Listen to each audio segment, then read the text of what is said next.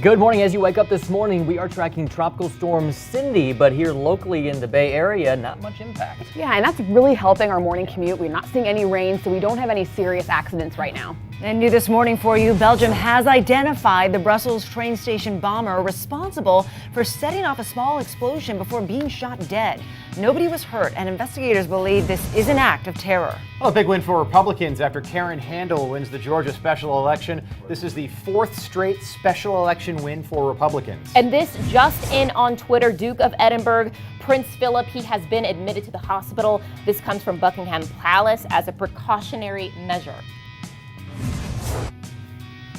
Well, this morning, Buccaneers Hall of Famer Warren Sapp is making headlines. Sapp says when he dies, he wants his brain donated to researchers studying concussions.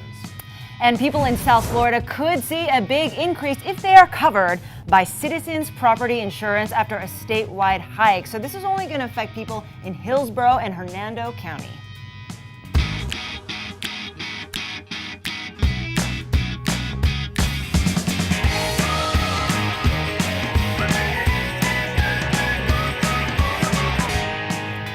Right now, people in Louisiana are getting pounded by rain from Tropical Storm Cindy, and they have so much prep there. Sandbags in place in hopes of fighting back all that flooding ground. Yeah, it's tough. You know, you hear about tropical systems and you immediately start thinking about the wind, but specifically with Tropical Storm Cindy, it's going to be the rainfall, and the threat's going to continue from the panhandle of Florida all the way over to eastern Texas. The rain really hasn't arrived in Texas yet, but it's coming. Here's the latest on Tropical Storm Cindy as of the 5 o'clock advisory from the National Hurricane Center. Winds at 60 miles per hour. It's moving to the northwest at 8 miles per hour, but boy, is there a lot of rain up there. I'm talking more than a foot of rain possible in some parts of Louisiana near New Orleans. Meanwhile, we're on the eastern fringe of it, and we just have mostly cloudy skies this morning. Rainfall, I don't think that's going to be an issue for your morning commute, but later this afternoon, we could see a few scattered showers and thunderstorms. About a 40% chance of finding some rain out there later on today. Hot and humid today.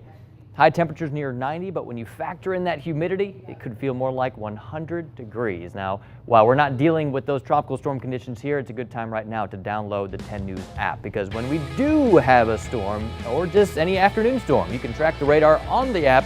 You can also get live updates throughout the day. Grant, so far this week, this has been the quietest morning commute at this hour.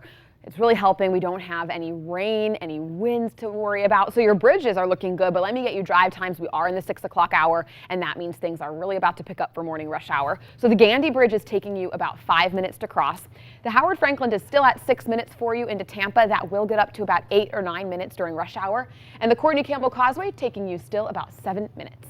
Jackie. So if you are joining us on Facebook right now, you probably saw this video on your feed. You see it behind me, okay? This is the newly released dashcam video from a deadly traffic stop in Minnesota just last year. So you will remember these headlines because Philando Castile's girlfriend streamed the immediate aftermath on Facebook. And the jury who acquitted the officer over that weekend watched this same video. Okay. Firearm Okay. on me. Don't reach for it then. Don't pull it out. I'm not pulling it out. Don't pull it out. We are stopping the video right there because the next thing you hear is the officer firing 7 shots, killing Castile. And within 90 seconds of making the stop, the 29-year-old officer fired those 7 rounds. Castile's girlfriend was in the passenger seat and her daughter in the back. So during the trial, the officer said he feared for his life and thought Castile, a 32-year-old school cafeteria worker, was pulling out a gun he was licensed to carry. So this morning, Rob is looking into police shootings here in Florida. Yeah, Jackie, I checked out an investigation from our partners over at the Tampa Bay Times. Between 2009 and 2014, 827 people were shot here in the state of Florida. Of those, 343 were African Americans, despite the fact that whites outnumber African Americans in Florida by a 3-to-1 margin. Now, it's also important to point out in nearly 20% of all the shootings, the suspect was threatening the officer or deputy. That report also found that African Americans are twice as likely to be shot after being pulled over for a routine traffic violation. Now, I want to bring in one of our reporters, Garen Flowers here. Garen did a report about a year ago, a wonderful report on basically what to do and what not to do when and if you're pulled over. Yeah, Rob, I met with a 30-year veteran of the St. Pete Police Department because this could mean life or death, no matter your race. Right. Here's just a part of what he told me. Do not make any quick actions, just let him direct you from this point. Now, Okay. if this is at nighttime, it might help to turn your dome light on so he has a better visual of the passenger compartment of the vehicle. A lot of people like myself don't have a concealed weapon. Should I just keep my hands on the steering wheel in that case? Keep your hands where the officer can see them. That's always recommended, yes. And the biggest thing I tell people is remain calm, don't be confrontational. He also told me if you do have a gun, don't move, put your hands up in the air, tell the officer where the firearm is, and no matter what, don't reach for it or anything. And always remain calm. Interesting to hear him say compartment. He's just referring to the other side of the car. He wants to make sure you turn that light on, so we can see if the passenger is up to anything. Absolutely. He says, make it easy for the officer. Keep your hands where they can see them and also turn the light on so there's no wondering what's going on, what's down there. Good stuff, Garen. You can find that on Garen's Facebook page at Garen Flowers and on our website, WTSB.com, Jackie. Well, Rob, 6:05 right now, and it is official. A Republican will keep the seat in a Georgia election that's definitely going to go down in the history books. Nearly $59 million spent on that District 6 election. And after all of the ballots were counted, Congresswoman-elect Karen Handel beat Democrat John Ossoff by more than 9,700 votes. Handel is Georgia's former Secretary of State and raised just a fraction of the $59 million put into that race. The district has kept a Republican in power since Jimmy Carter's presidency, and she was able to portray Ossoff as an outsider who did live outside of that small Atlanta suburb. Handel did call, though, for more civility in politics. We can find a more civil way to deal with our disagreements, because in these United States of America, no one should ever feel their life threatened over their political beliefs. And I say that, ladies and gentlemen, in regards to both sides of the political aisle. So a lot of people saw this election as a referendum on President Trump, who won the district in November by just 1.5 points. An area of St. Pete that was once falling apart is being transformed. So after years of complaints, the Mosley Motel in historic Kenwood closed about 8 months ago, forcing so many families to find a new place to live. Well, at the time, the Pinellas County Sheriff called that property a dump. Well, this is the new plan for the space. Look at that. It includes a 4-story retail and storage facility. The developer also plans on converting a nearby office building into loft apartments, and it should be finished by next year. Polk County commissioners, they had a change of heart for where they want to have medical marijuana dispensaries. Commissioners voted to put them in the same areas as pharmacies instead of in large retail and shopping areas. They voted unanimously to head in that direction, and they fully support and adopt these new standards next month. Dispensaries should start to open up in the fall. Well, let me do a time check for you. It is 6:07. The clock is over there. And on Facebook this morning, our Facebook Live, it's coming to an end. But I want to hear your comments on this next story. So turn your TVs on to Brightside, because it is 2017. And when you think of a doctor, a nurse, or even a CEO, do you still think of a specific gender for that role?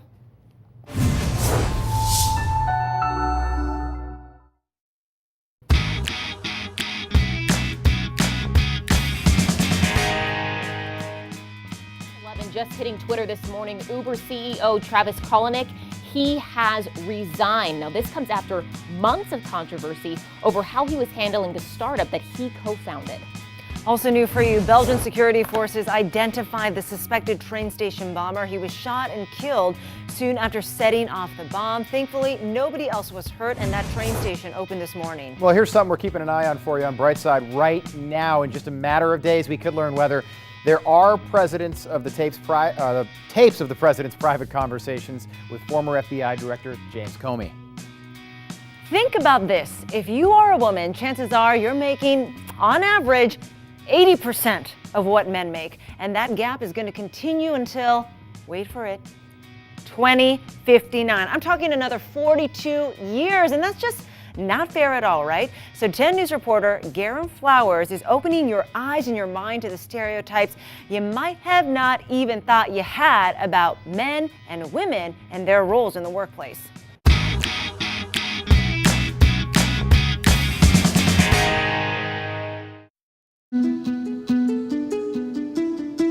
I'm Garen with the news, and I want to know if you didn't mind giving a crack at this riddle. father and son are in a horrible car crash that kills the dad. The son is rushed to the hospital. Just as he's about to go under the knife. And the surgeon says, I can't operate. The boy is my son. Often when I'm out reporting, I mention a job title, but not a gender, and someone will automatically fill in the blanks, assuming it's a man or woman, something all of us have probably done one time or another. So I'm out to challenge our thinking. The grandfather? No. Stepson? So it has to be God.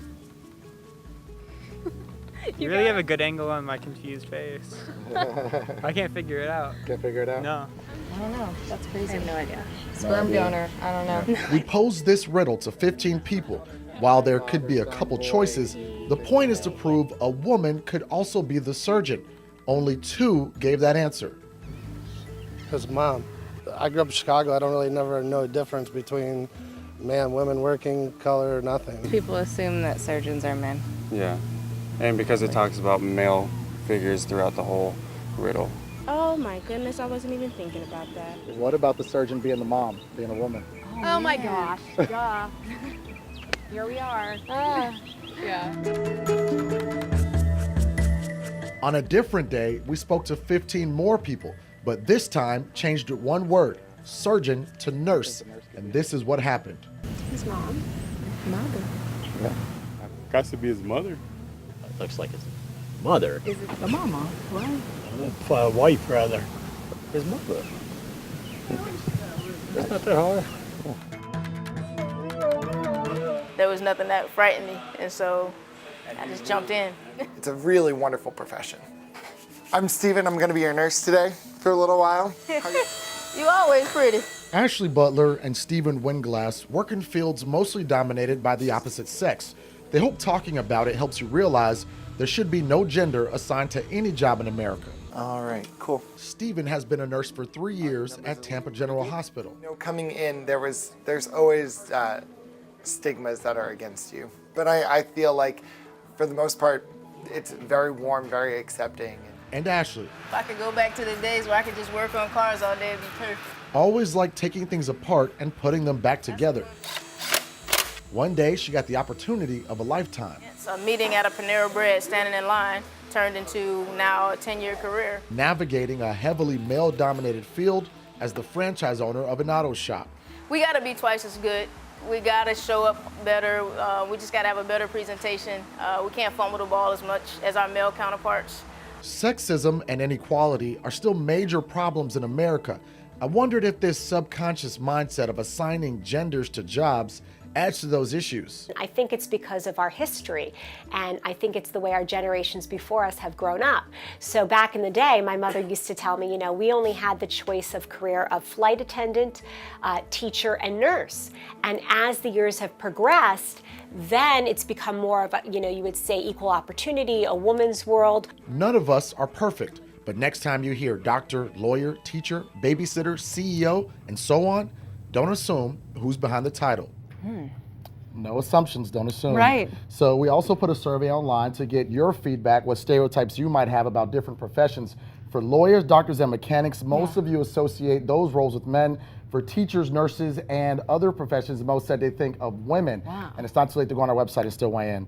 And as a man, just learning what I learned and Right. just finding out what I did, I didn't like hearing that. You were shocked, right? Yes, I was. So and I will tell you, when we were talking about this story, Garen, I said as an Asian American woman, I was not shocked about this, because I'll tell you, every time I move to a new city, people ask, oh, why'd you move here to work? And they say, oh, are you a nurse? Which hospital? So all these assumptions are always placed on me. So when I see this, I'm like, oh yeah, makes sense. Always happens to me. It's unbelievable. I know, right? Well, 6:16 right now. Grant, how's it looking outside? Good morning, Jackie. Garen, good morning to you. Nice to have you along with us on this Wednesday morning. Waking up with cloud cover out there this morning. The 1% chance of rain as we head into the weekend before better rain chances return as we head into Tuesday. But it's bringing Hillary here. Hey, first day of summer. Yes. You brought up that it's National Yoga Day. Yes, it is. Conveniently arriving on the summer solstice. Everything Exactly. is coming together. Everything is centered in the universe today.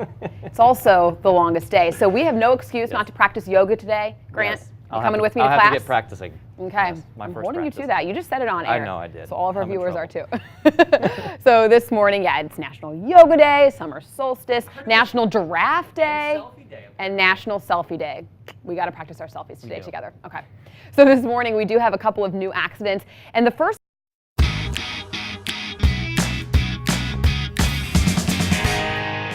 This is going to get your day started on the bright side. Skateboards, they are used for tricks or to get around, but now a local organization is using them for something just a little bit different, to mentor youth. And with today being Go Skateboarding Day, Sean Strecker has set out to find out more things about this group. He's got his helmet on, his knee pads. So Sean, what are you going to do to up the ante this time?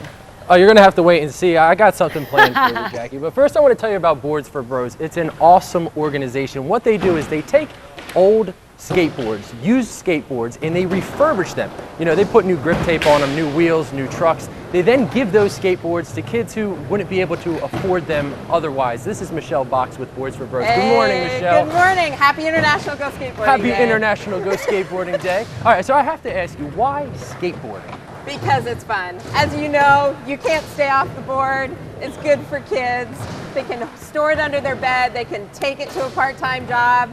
It's an awesome thing. Gets them out of the house, helps them make friends. And there's that I guess that physical aspect as well. You know, get them moving, get them going. Absolutely. It's good for their body. It's good for their mind. It's good for coordination. And the cool thing is, you know, skateboards can cost a little bit of money, so that's why you're giving it to them. You're taking out that expense. All right, here it goes. Jackie, you wanted me to go down a bigger Yes, you can do ramp. it. Woo! There we go. How about this one? I'm nervous for you, but I'm also have total faith in you. Eddie the Eagle. I'm a little nervous too. I only did this Go, once. Sean! Woohoo! We did it. International Go Skateboarding Day. Boards for Bros. Oh! If you want to help, you can donate your old skateboard, donate your time. They also take monetary donations to pay for some of the equipment that they might not be able to use. But hey, it's fun. Get out, skateboard today. Let's give him a round of applause. We're gonna sit down. I made the drop. I just almost fell. Oh my gosh. I'm glad that he has his knee pads. Knee Yes. pads are huge, Sean. Yes, Sean, you look amazing. My heart was racing. I thought, oh Yeah. no, Yep. did he just wipe out? He must have hit a stone. There must have been a little pebble or I something. blame Yeah, yes, that's probably what it obviously. was. Small right? rock. And We blame the pebble. Yeah. And if you are going skateboarding today, don't forget, you gotta wear your helmet.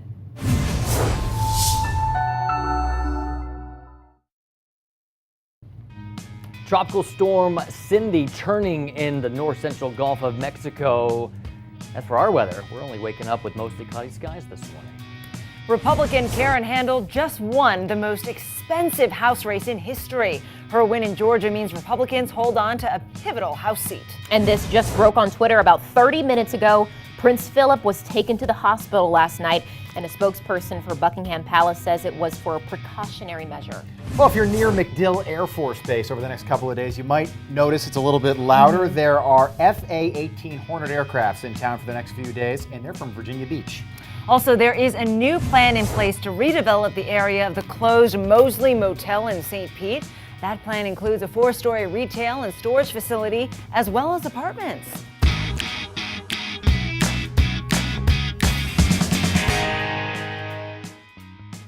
Right now, people in Louisiana, they are dealing with flooding, Grant, as rain and winds from Tropical Storm Cindy slam that area. Yeah, it's going to be a tough couple of days for them. A new video here of the rain moving through. You can see the lightning. A very, very tough few days ahead for those folks from Louisiana over to Texas, Alabama, and Mississippi, and even the Florida Panhandle could all see flooding as the rains from Tropical Storm Cindy continue to pound that part of the Gulf Coast over the next couple of days. Here is the latest advisory from the National Hurricane Center for Tropical Storm Cindy, moving to the northwest at 8 miles per hour, 60 mile per hour winds, but I'm not going to focus so much on those winds. I'm going to focus on this rain. That's the big concern as heavy, heavy rainfall pounds that region in the coming days. We're just out of the grips of Tropical Storm Cindy, where we're just waking up with mostly cloudy skies. Rain, it's close, but I don't think we really deal with much in the way of Cindy's rainfall per se. We will still see some scattered showers in storms later this afternoon, but more of that just driven by the heat of the day. Currently temperatures in the upper 70s to around 80. St. Pete, you're right there at 80 degrees. We'll find about a 30 to 40% chance of afternoon showers and storms today, guys, with high temperatures right around 90 degrees. And as those storms pop up, hey, how about do this now? Download the 10 News app on your phone so you can track those storms. You can also get tropical updates whenever you want. Well, it is the words no homeowner ever wants to hear. Property insurance rates could be going up. Well, the latest proposed increase is from the state property insurer, Citizens. So Jenny Dean is here to break this down for you. And the good news this time around, Jenny, is that it's largely sparing the Bay Area. That's right, Jackie. Citizens Property Insurance is often referred to as the state-run insurer of last resort, with nearly 500,000 customers, many of them living along the coast. Well, they're proposing raising homeowner rates an average of 5.3%. And this rate hike, well, it's not because of what you're seeing here, what you would expect, maybe weather, storm damage like from wind and rain, but Citizens says it's from water damage that has nothing to do with Mother Nature. Now, here's where the Bay Area can breathe a sigh of relief, though. Only 2 counties are going to see an increase in rates. Hillsborough would go up less than 1%, and Hernando at a little more than 2%.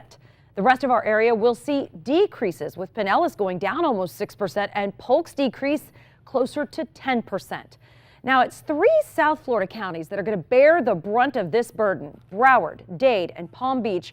They are all looking at increases around 10% or higher. Now, this issue of non-weather related water claims is a pretty big deal among the other proposals from Citizens.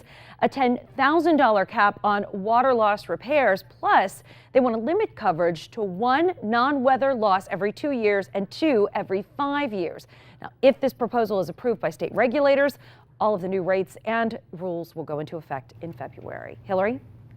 Hey Jenny, it is 6:34 and this morning traffic is looking pretty good. We have no major accidents on our interstates in all of our counties. So smooth sailing for you in Hillsborough. You can see, well, maybe you can. It's starting to slow down a little bit on 275 southbound right there towards the downtown interchange. You're in the yellow there. There's an accident as well if you're heading out the door on Fowler Avenue, right at Bruce B. Downs Boulevard, so in the University area. I was seeing a delay here westbound towards 275, but looks like it is back to normal. But notice some of your interchanges like Fowler, Hillsborough, MLK, those are starting to pick up right at 275 and I-75. So leave a little early if you can. Well, developing overnight, the man behind a foiled train station attack in Brussels has been identified. Investigators know he's a 37-year-old man from Belgium, but they're not releasing his name just yet. This comes as counterterrorism police are looking into a motive for this attack. Soldiers shot and killed that suspect right after he set off explosions at a train station in Brussels. Witnesses say he shouted Arabic before detonating that bomb and was seen wearing a belt that had even more explosives on it. Now, Belgium is not raising their threat level right now, but people living there are being told to stay on high alert. The Trump administration is going back on the drawing board on that very controversial travel ban. So after some failed attempts at issuing that travel ban on 6 majority Muslim countries, the Trump administration is taking another look at the vetting procedures that would screen foreigners from coming into the U.S. Now, the Supreme Court could hear that case, but as of right now, last week's ruling of the ban being struck down stays in place, Courtney. Yes, and Jackie, I just found a poll on Twitter this morning saying the majority of Americans believe President Trump's motivation for the travel ban is to protect the country from security threats. However, most Americans are supporting the travel ban being blocked. So a lot of conflict there, right? Yeah, it's really interesting. There's a lot of meat to this article. I tweeted it out. I will retweet it again so you guys can take a look at it. And who did the poll? Oh my gosh. I think it was Gallup. Tweeted it. Yes, I think it was Gallup. But I'll tweeted it out. Yes, yes. Also really interesting here. AP. AP did the Thank poll. you. Okay, yes. Very cool.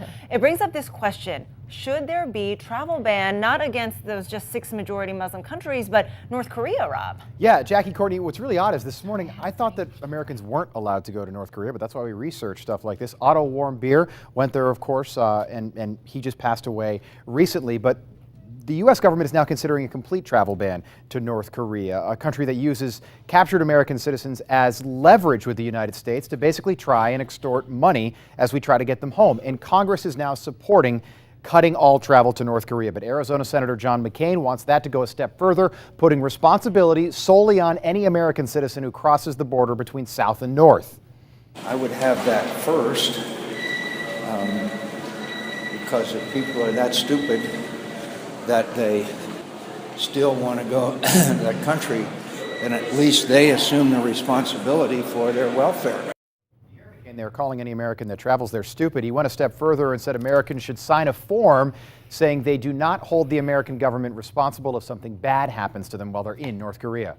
6:37 right now. It was a hug that quickly became very awkward. I'm talking about Senator Marco Rubio going in for a hug with Ivanka Trump on Tuesday, and let's just say this did not go over so well. And when that happens, it starts trending online, people dissecting every moment of this. And if you know Marco Rubio, you know he's not very smooth when it comes to physical gestures. We all remember him grabbing that water after the State of the Union response. So what happened here, Gord? Oh my gosh. Oh boy. Where do we begin? Right? Where do we start? Let's just say he went on a full-blown investigation after this went viral. I'm going to show you this picture to see where this all started. Okay, so here it is. Okay. Here it is. Kind of confusing here. Ivanka, stiff as a board. Marco Rubio is probably questioning why he even did this in the first place. Now, he went on to tweet 7 times specifically about this picture. The first one that I'm pulling up for you guys today. Breaking news. Additional photo from moments right after today's alleged failed hug provide new details to this developing story. Here's another one. Based on review of evidence and my own recollection, have concluded no hug was even attempted and press Kofifi of alleged failed hug is false. And of course, Ivanka, she had to chime in too, saying fake news. Marco is an excellent hugger. In case we all didn't know and were curious, he apparently is a great hugger. Okay, so on a serious note though, the two were at Capitol Hill meeting with the president about paid family leave and changing the tax code, Hillary. Well, at least they were having fun with it. Yeah, why not? Hey, Courtney, tell me what you think about this story. And if you're on Facebook, we want to hear from you. An Uber driver in Miami has been fined $250 for not speaking English. Here's what happened according to Miami-Dade officials. The Spanish-speaking driver was dropping off passengers at Miami International Airport. She apparently couldn't understand a greeting from an airport officer, so she was fined. There's a county ordinance that says drivers of ride-hailing apps must be able to communicate in English. An Uber spokesman said the app does allow you to communicate without speaking English for, deaf drivers. Right. And we were surprised when we learned this, that 2 out of 3 people in Miami-Dade County speak Spanish at home. Hillary, this one, if you're posting it on Facebook, it's going to get a lot of different comments, especially considering the location. Exactly. That's what I was thinking. And also, just so you know, that is their ordinance in that city. But statewide, as of July 1st, it goes away and ride-sharing drivers do not have to be proficient in English. Oh, wow. Also making news in Polk County, Hill, Winter Haven is getting a new high-end hotel. Ooh. Very nice. So this old building in downtown will become the Taylor Hotel. It's going to be a 75-room boutique hotel, and according to our partners at the Ledger, construction is going to start this summer. Then it should be ready for you and opened in early 2019. Coming up tonight on CBS, we have Undercover Boss at 8, Criminal Minds at 9, Code Black at 10, then Nightside at 11.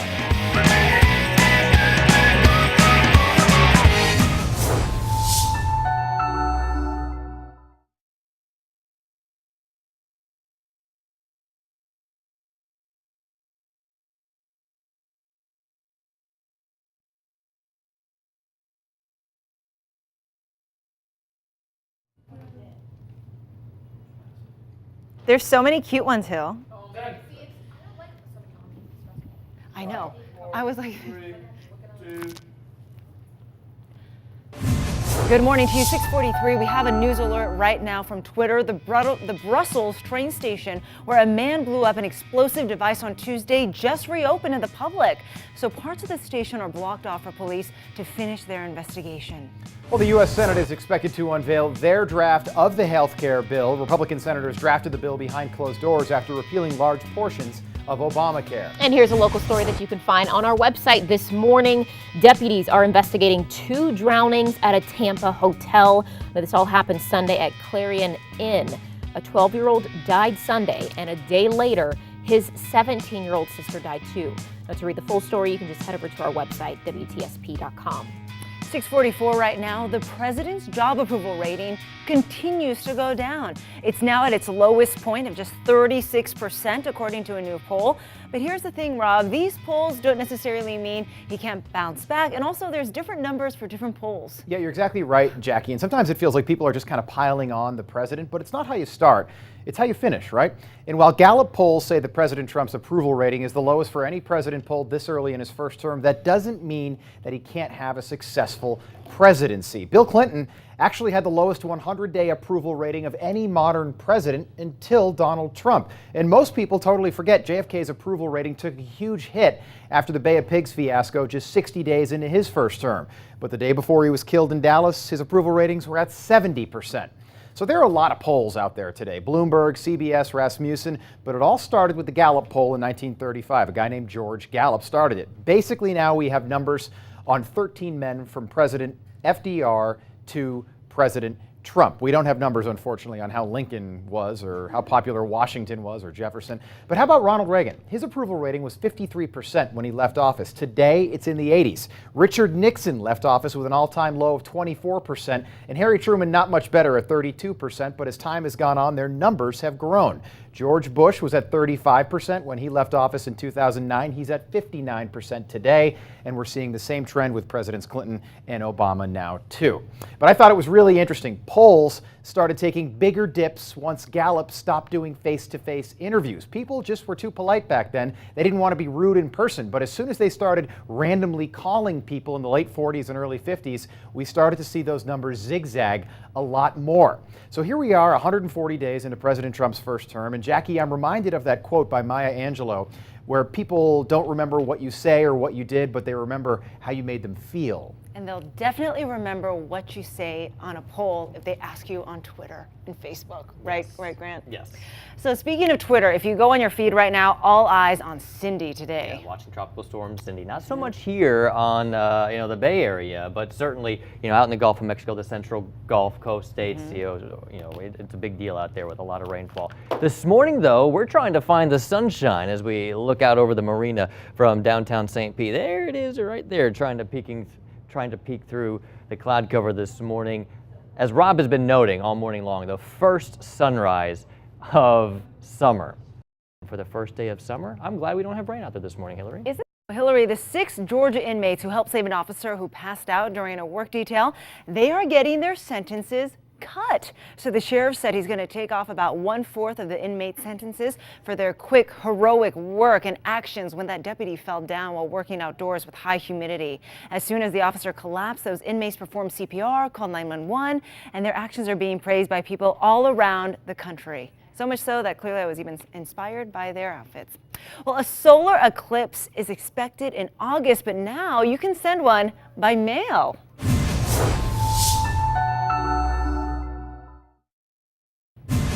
Right now, a news alert out of the United Kingdom. We're checking this on Twitter for you. The Queen there, Queen Elizabeth, just announcing a new commission for countering extremism. As you know, England has had several terrorist attacks within the last couple of months. So the Queen just made that announcement while addressing Parliament. CBS This Morning is going to have more on the Queen's speech on that and also Brexit.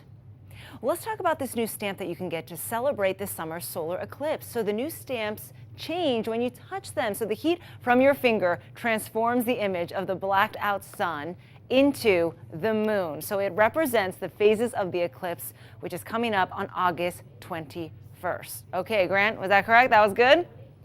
Okay, maybe not. Yeah. So on Tuesday, Lucasfilm president announced that the directors Phil Lord and Christopher Miller, they are leaving next year's prequel film. So in a statement, the director said their vision didn't match up with Disney's vision, and this movie has been filming since February, set for release next May. Still unknown who's going to take over the project, but that will be announced soon, guys. And we were talking about this last hour. How different will it be without that director? Will you be able to tell? We'll see. You think? They're going to probably do some really close looking at who they're going to hire there. You got to make sure it stays true. For sure, especially with all the money that makes. Well, CBS This Morning coming up in a few minutes. Have a beautiful day, everybody. Happy National Yoga Day. Ooh, namaste.